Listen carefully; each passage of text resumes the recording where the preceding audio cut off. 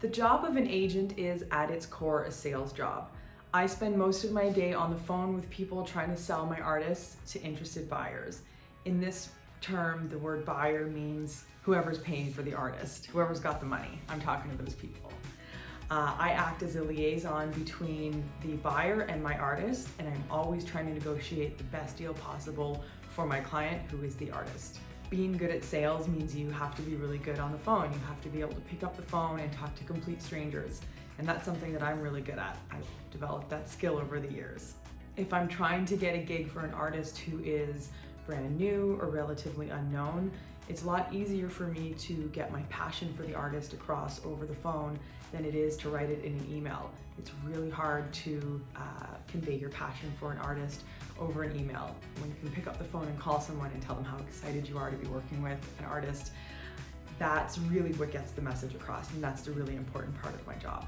The music business is built on relationships, and this is very true in the live music world. People have to respect me, hopefully they like me as well, and then I'm guaranteed that they're gonna take my calls and answer my emails and really wanna help me out when I'm trying to get my baby bands pitched, but also help me out when I have my bigger bands and I need a little bit more money.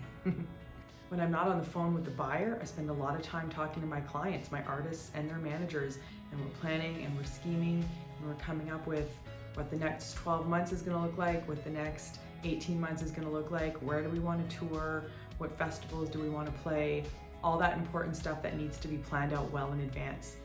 My clients really need to trust me. If an artist doesn't trust their agent, it's never good, because another agent could come along and convince the artist that they could do a better job or that they are a better fit for them, and then all of a sudden you find yourself getting fired by your client.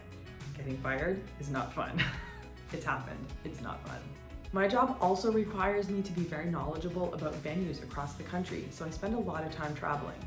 If I can go to a venue, say in Calgary or Winnipeg, and go and see a show there and know exactly what my artist is going to experience when they walk into that venue to put on their own show, that kind of information is solid gold, and it's very important to my clients.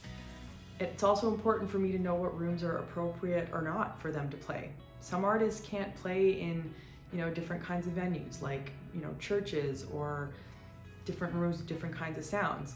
And I need to know what kind of venue they're going into so that I can plan my tours accordingly. The same thing applies for festivals as well. I need to know what kind of audience is at a festival, so I go to a lot of festivals during the summer, get to know the people who are running the festivals, get to know the people who are attending. This is all really important information for me to have when I'm thinking about where I'm going to book my artists and where I want them to play. The other really important thing about all this travel and getting to see people is that the buyers or the people at the clubs really respect it and really love it when you come out and see them.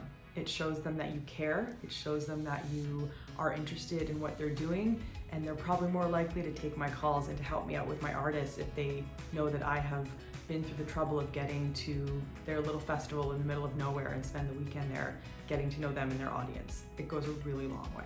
I also spend a lot of time listening to new music. I talked about this before. It's a really exciting part of the job. Being that first person through the gate with an artist can be a really thrilling experience, especially when things start blowing up. And sometimes they blow up really fast. Sometimes it takes a number of years. I have artists who I signed 6 or 7 years ago who are still just bubbling under the surface, and I love working with them and I'm very passionate about what they do. So I just keep them on my roster, and one day it'll happen, hopefully.